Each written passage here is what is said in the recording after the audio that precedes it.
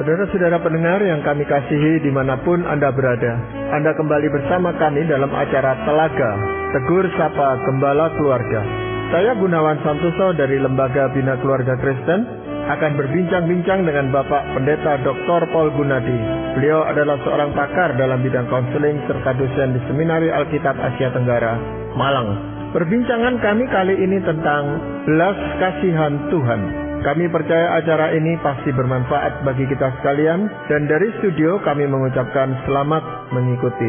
Salah satu sifat Tuhan yang sangat dikenal dan dikenal oleh banyak orang adalah tentang sifatnya, yaitu berbelas kasihan, Bapak. Namun seringkali ada tanggapan-tanggapan yang keliru tentang sikap ini. Misalnya saja orang menganggap bahwa tidak apa-apa berdosa terus, Tuhan itu kan sangat baik, sangat berbelas kasihan itu, dan belas kasihannya juga tidak terbatas gitu. Tetapi kan pandangan yang seperti ini kurang tepat gitu, Bapak. Nah, apa sebenarnya yang Alkitab katakan tentang belas kasihan Tuhan ini, Bapak?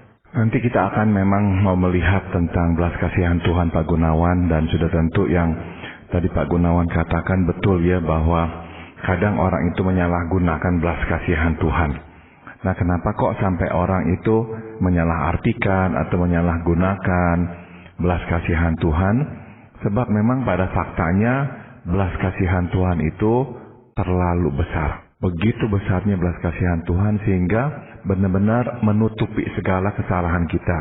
Nah, maka kalau kita itu tuh ya nggak begitu dewasa dan masih mau bermain-main dengan dosa, mudah sekali ya terjebak ke dalam perilaku yang menyanyiakanlah belas kasihan Tuhan. Tetapi juga ada ekstrem yang lain yang menganggap bahwa kita baru bisa merasakan belas kasihan Tuhan itu kalau kita melakukan sesuatu atau bahkan menyiksa dirinya supaya menarik perhatian Tuhan, Pak Paul. Ada yang begitu, dan saya kira ya ini merupakan sebetulnya adanya keadilan yang tertanamkan di dalam batin kita, Pak Gunawan. Karena Allah memang ya sudah menaruh ya hukumnya dalam nurani kita. Itu sebabnya kita itu tuh waktu melakukan kesalahan, kita itu merasa nggak nyaman dengan kesalahan tersebut, dan langsung ada keinginan untuk menebus kesalahan tersebut. Nah, menebus dengan cara melakukan pembayaran terhadap kesalahan itu. Nah, yang dari Pak Gunawan katakan jadi adalah ada orang-orang sewaktu melakukan dosa atau kesalahan, dia seolah-olah tuh harus menyiksa dirinya dengan cara menyiksa diri, yaitu seakan-akan menebus atau membayar kesalahannya itu. Nah, sudah tentu ya meskipun sekali lagi ya ini merupakan ekspresi atau cerminan dari adanya keadilan di dalam diri manusia, tapi kita tahu bahwa itu tidak akan berhasil ya melepaskan kita dari dosa, sebab yang akan berhasil adalah justru menerima ya belas kasihan Tuhan. Ya.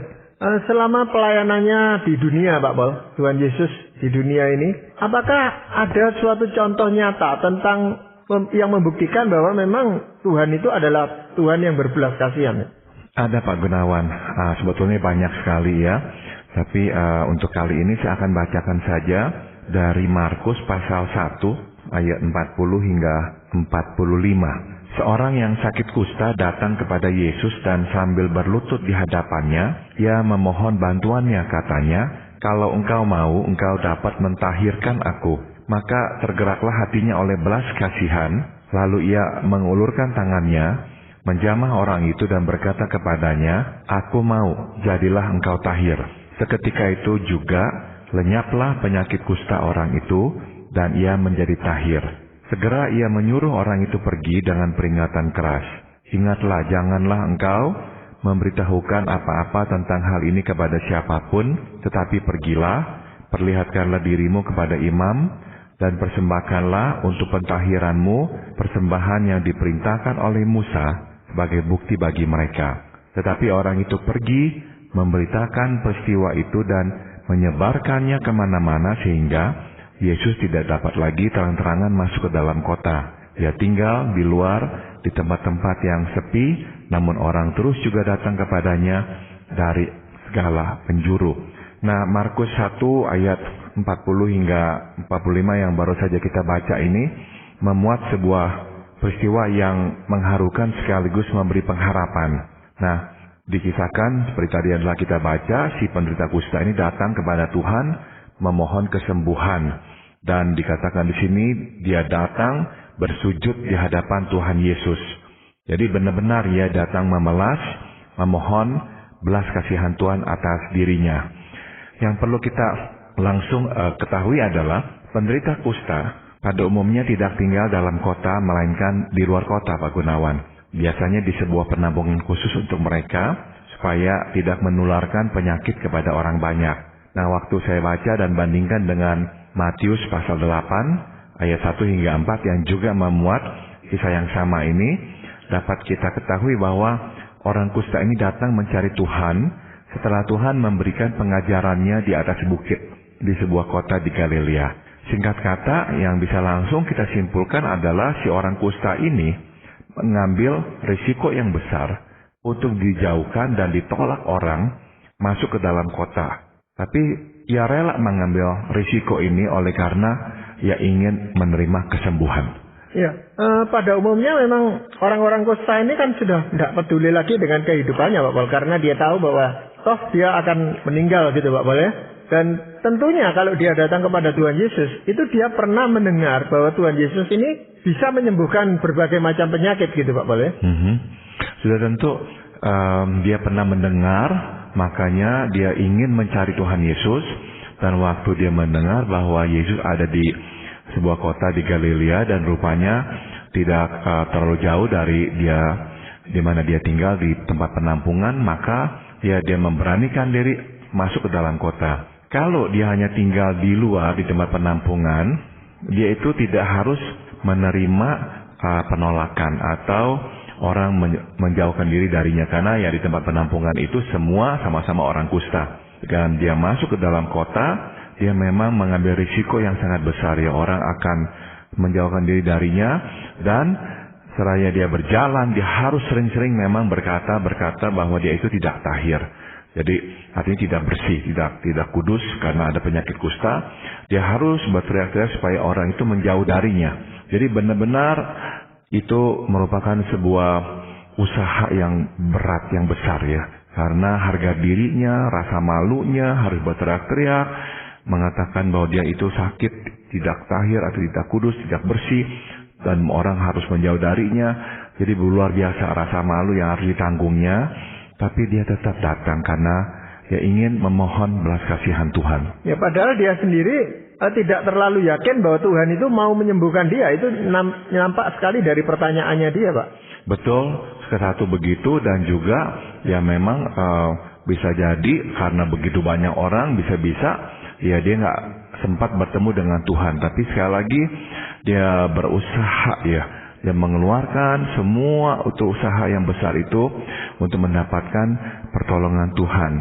Nah, waktu dia bertemu dengan Tuhan, dia berkata, kalau engkau mau, engkau dapat mentahirkan aku.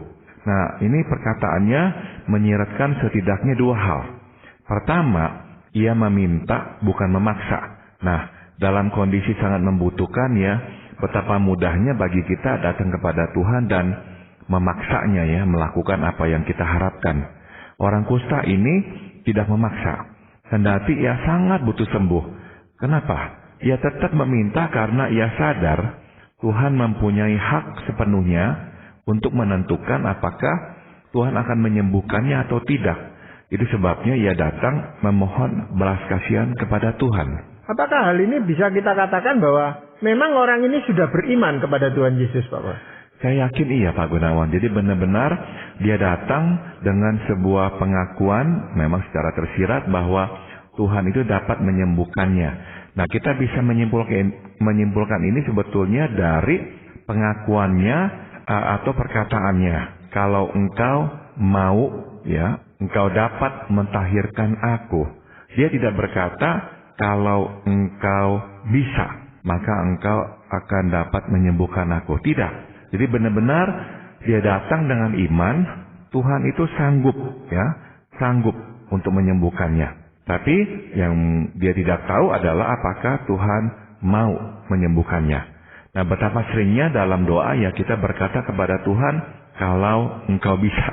Sebab sesungguhnya kita tidak percaya bahwa Tuhan akan sanggup melakukan apa yang kita doakan.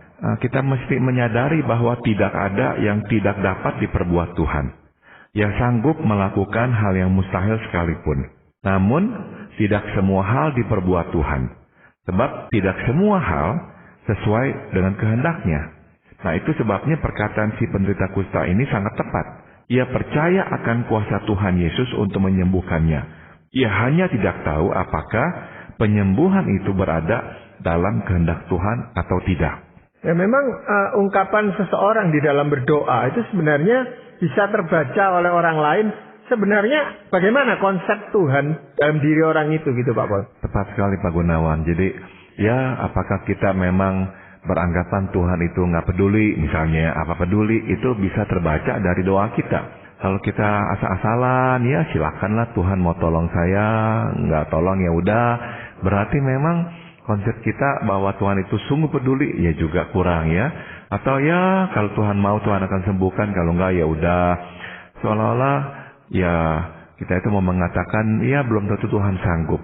Nah jadi dari permohonan si penderita kusta ini kita bisa membaca ya bahwa dia sungguh yakin Tuhan sanggup, dan puji Tuhan. Ternyata penyembuhan ini berada dalam kehendak Tuhan atas dirinya. Tuhan menjawab, "Aku mau, jadilah engkau tahir." Nah, Tuhan pun kemudian mengulurkan tangannya, menjamah orang itu, dan seketika itu juga lenyaplah penyakit kusta orang itu. Nah, Markus mencatat bahwa tatkala Tuhan melihat orang kusta itu dan mendengar permohonannya, tergeraklah hatinya oleh belas kasihan. Jadi, Tuhan menyembuhkannya karena ia berbelas kasihan kepadanya. Nah itu intinya. Jadi kesembuhan ini datang bukan karena iman orang itu atau karena orang ini yang usaha orang itu gitu. Tetapi semata-mata karena belas kasihan Tuhan terhadap si penderita kusta ini Pak Paul. Betul, kesembuhan itu terjadi nomor satu karena memang Tuhan mau. Jadi tepat ya permohonan si orang kusta itu. Jika engkau mau, engkau dapat menyembuhkanku. Jadi itu adalah kepastiannya, Tuhan mau. Dan memang yang kedua adalah karena kuasa Tuhan, bahwa tidak ada yang mustahil bagi Tuhan.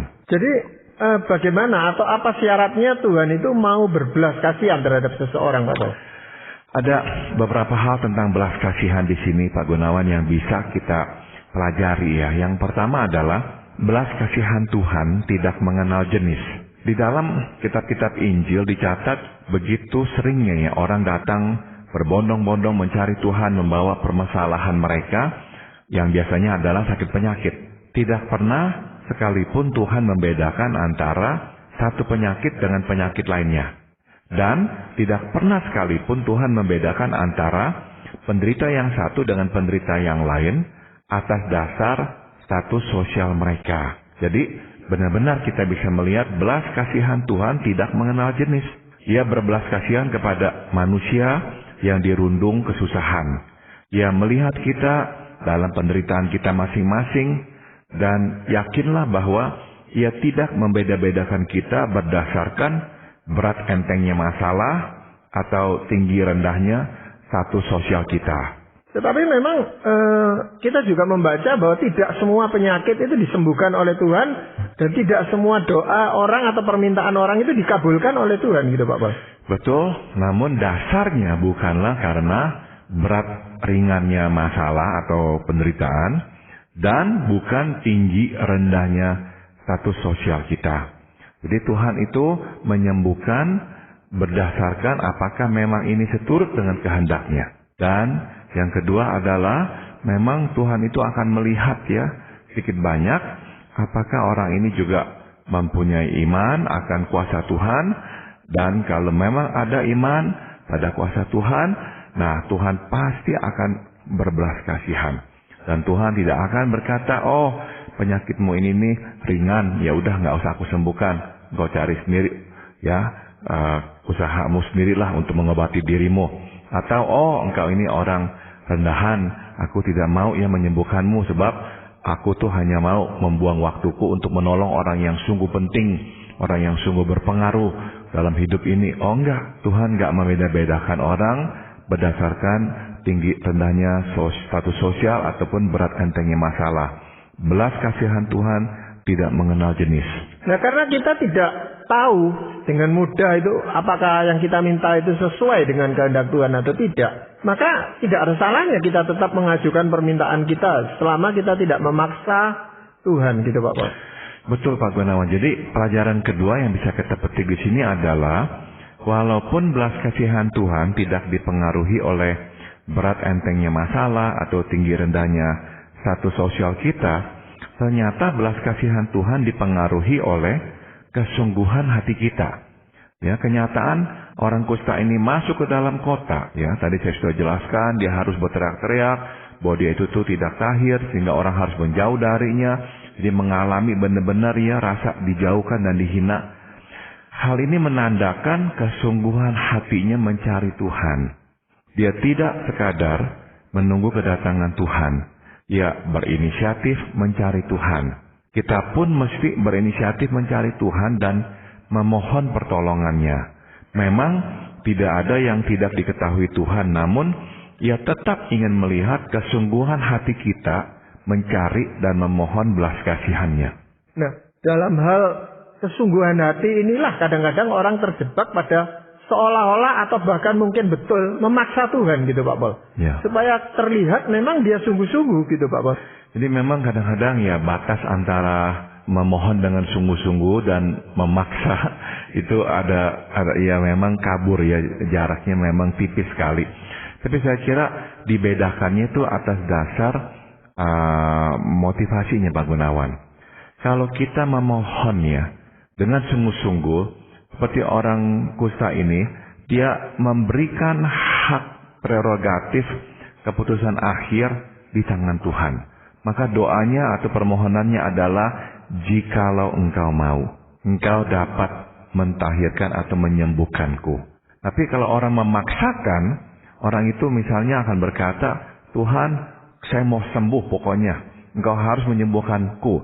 Dan terbesit di dalam hati orang tersebut bahwa kalau Tuhan tidak menyembuhkannya, dia akan kecewa. Dia akan lari dari Tuhan. Dia akan marah kepada Tuhan. Nah, itu tuh saya kira yang membedakan antara meminta dengan sungguh-sungguh dan memaksa. Tetapi juga ada kasus-kasus tertentu berdasarkan belas kasihan Tuhan juga Pak Paul. Seseorang itu yang memaksa Tuhan dan Tuhan memberikan apa yang dimintanya gitu Pak Paul. Nah, mungkin sekali ya dalam hal itu Tuhan melihat ada sesuatu yang lebih besar dan lebih penting ya. Bahwa waktu Tuhan memberikan misalnya ya atas kesungguhannya, atau dia itu tuh benar-benar yang memaksakan Tuhan. Tapi Tuhan melihat ya dampaknya itu bisa lebih luas dan memang akan sesuai dengan rencana Tuhan yang lebih besar. Maka ya tetap Tuhan akan berikan kepadanya. Iya, hal lain yang perlu kita perhatikan apa Pak Paul? Tentang belas kasihan yang bisa kita lihat adalah walaupun belas kasihan Tuhan tidak dipengaruhi oleh berat entengnya masalah atau tinggi rendahnya status sosial kita, ternyata belas kasihan Tuhan dipengaruhi oleh kerendahan hati kita. Kenyataannya orang kusta ini langsung bersujud dan memohon belas kasihan Tuhan. Ini menandakan ia merendahkan dirinya di hadapan Tuhan. Maka kita pun mesti merendahkan diri di hadapan Tuhan sewaktu memohon belas kasihannya. Kita tidak boleh datang dengan kesombongan. Kita tidak bisa datang kepada Tuhan dengan niat membenarkan diri sekaligus menuntut Tuhan untuk melakukan apa yang kita mohonkan. Kita justru ya harus mengakui ketidakberdayaan kita kepada Tuhan. Dan kita mesti ingat ya bahwa tidak ada yang dapat kita banggakan di hadapannya. Ya, kerendahan hati ini memang dibutuhkan sekali di dalam kita meminta. Namanya kita membutuhkan gitu Pak boleh. Seringkali kita tidak tahu bagaimana caranya mengungkapkan kerendahan hati kita di hadapan Tuhan saat kita membutuhkan sesuatu dari Tuhan gitu Pak. Benar-benar sebuah sikap bahwa tidak ada lagi lah yang dapat saya lakukan Tuhan. Saya benar-benar nggak lagi mengerti bagaimana menghadapi ini. Saya nggak ada lagi jalan keluar. Saya benar-benar sudah di titik akhir. Dan apa yang tadinya kita rasakan, kita mampu lakukan, kita harus akui, oh semuanya gagal Tuhan. Jadi benar-benar sebuah kesediaan untuk mengandalkan dan bergantung sepenuhnya pada Tuhan. Ya, dalam hal ini memang orang yang kena sakit kusta itu kan tidak bisa disembuhkan pada saat itu, Pak Pol. Jadi tidak ada obatnya dan sebagainya, sehingga dia sepenuhnya itu bergantung kepada belas kasihan Tuhan memang. Betul sekali ya. Jadi waktu memang kita datang kepada Tuhan dan kita kok rasa masih bisa berbuat ini itu dan sebagainya, kadang-kadang ya itu mempengaruhi juga kadar penyerahan kita atau kebergantungan kita kepada Tuhan. Maka meskipun ya kita ini misalkan sakit atau apa dan kita tahu ada pengobatan yang dapat kita lakukan, tapi kita selalu mesti ingat bahwa kalau Tuhan tidak menghendaki, sakit seringan apapun tidak akan sembuh dalam hidup kita ini. Tapi kalau Tuhan menghendaki, sakit seberat apapun yang kita alami pasti disembuhkan Tuhan. Jadi untuk menunjukkan kesungguhan dan kerendahan hati kita, Pak Pol ya, itu bukan berarti bahwa kita hanya pasif berdoa menyerahkan ini kepada Tuhan, tetapi tetap boleh melakukan hal-hal yang bisa menyelesaikan masalah kita itu, gitu Pak. Boleh, sudah tentu harus ya, seperti orang kusta ini kan dia tidak hanya diam di tempat penampungan dan berharap-harap ya Tuhan datang mengunjunginya. Enggak, dia berinisiatif, dia berusaha. Dia mencari tahu di manakah Tuhan berada dan pergi menemuinya. Jadi ya lakukanlah yang dapat kita lakukan. Tapi dengan sebuah kesadaran bahwa yang kita lakukan ini sebetulnya ini sangatlah sedikit. Sebab apa? Terlalu banyak hal-hal lain yang berada di luar jangkauan kita. Misalkan hal yang sederhana Pak Gunawan. Berapa sering kita mendengar berita ya kasus orang yang sakitnya nggak gitu berat. Akhirnya dibawa ke dokter atau mendapatkan pengobatan atau apa, misalkan tiba-tiba menjalar atau menjadi lebih parah atau apa karena penyakitnya tiba-tiba bisa menularkan penyakit yang lain atau apa, sehingga akhirnya meninggal dunia. Betapa seringnya hal itu terjadi dalam hidup ini, dan semua memang membuktikan bahwa kita tidak mengendalikan hidup kita. Ya, jadi sementara kita melakukan usaha-usaha apapun itu, kita tetap membutuhkan hikmat dan tuntunan Tuhan. Betul sekali Pak Gunawan. Ya. Karena kalau tidak memang bisa tambah tidak terselesaikan dan malah tambah masalah baru lagi yang muncul gitu Pak Pol ya. Betul. Nah, hal lain lagi apa yang kita perlu perhatikan Pak Pol? Nah, ini yang terakhir ya Pak Gunawan, bahwa belas kasihan Tuhan datang bersama dengan perintahnya yang mengharuskan kita untuk menaatinya. Setelah menyembuhkan orang ini, Tuhan memberinya, dikatakan di Alkitab, peringatan keras. Yaitu Tuhan berkata, ingatlah, janganlah engkau memberitahukan apa-apa tentang hal ini kepada siapapun. Nah, Tuhan paham bahwa kalau berita penyembuhan ini tersiar, maka akan banyak orang yang datang kepadanya untuk minta disembuhkan. Nah, misi utama kedatangannya ke dunia bukanlah untuk menyembuhkan orang dari sakit penyakit jasmania, melainkan dari sakit penyakit rohania. Ia datang untuk mati menebus dosa manusia, penyakit yang jauh lebih serius ketimbang sakit jasmania. Berita yang tersiar akan membawa berlaksa orang dan ini akan menghambat misi kedatangannya. Ia datang bukan untuk menjadi penyembuh, ia datang untuk menjadi penyelamat. Nah, sayangnya orang ini tidak melaksanakan perintah Tuhan, Pak Gunawan. Ia malah menyiarkan berita kesembuhannya. Nah, saya kira ya perbuatannya itu mencerminkan diri kita semualah sebagai manusia. Kita ini hanya rindu menerima belas kasihan Tuhan, tapi kita tidak rindu mendengarkan dan melakukan perintahnya. Nah, saya kira penyebabnya jelas, yaitu kita memikirkan kepentingan sendiri di atas kepentingan Tuhan. Tetapi kan memang sulit sekali bagi seseorang yang sudah menderita begitu lama dan begitu parahnya, kemudian disembuhkan lalu tidak bercerita, tidak bersaksi kepada orang-orang lain, Pak Pol. Betul, jadi memang dia sangat bahagia sekali, dia pasti memang ya mau membagikan ya kebahagiaannya itu kepada orang-orang lain. Tapi ya sekali lagi seharusnya dia menghormati permintaan Tuhan. Jadi meskipun dia mau memberitahukannya, ya dia mungkin dia jagalah, dia hanya beritahukan kepada keluarganya atau orang-orang yang dekat dengannya. Tapi memang dikatakan di Alkitab ya dia menyiarkan berita itu kemana-mana. Jadi akhirnya ya dia menghalangi lah ya pekerjaan Tuhan itu. Nah, ini nih saya kira yang sering kali kita lakukan Pak Gunawan. Kita ya ingin disembuhkan, ingin ditolong, ingin pokoknya menerima belas kasihan Tuhan. Tapi giliran Tuhan meminta, kita melakukan sesuatu. Aduh, susahnya setengah mati dah. Tapi memang kadang-kadang kesaksian seseorang itu bisa menjadi hambatan bagi pekerjaan Tuhan di tengah-tengah dunia ini, Pak Paul. Misalnya saja, orang akan menanggapi ini sebagai suatu kesombongan. Apalagi kalau dia menjelek-jelekkan asal-usulnya, agamanya yang lama dan sebagainya. Dia berkata, saya sekarang sudah diselamatkan dan menceritakan kejelekan-kejelekan agamanya yang lama. Ini sebenarnya hambatan yang cukup besar bagi pemberitaan Injil. Betul, jadi kadang-kadang luapan sukacita mesti ya dikendalikan ya Pak Gunawan. Luapan sukacita itu kadang-kadang memang terlalu spontan, nggak dipikirkan dampaknya.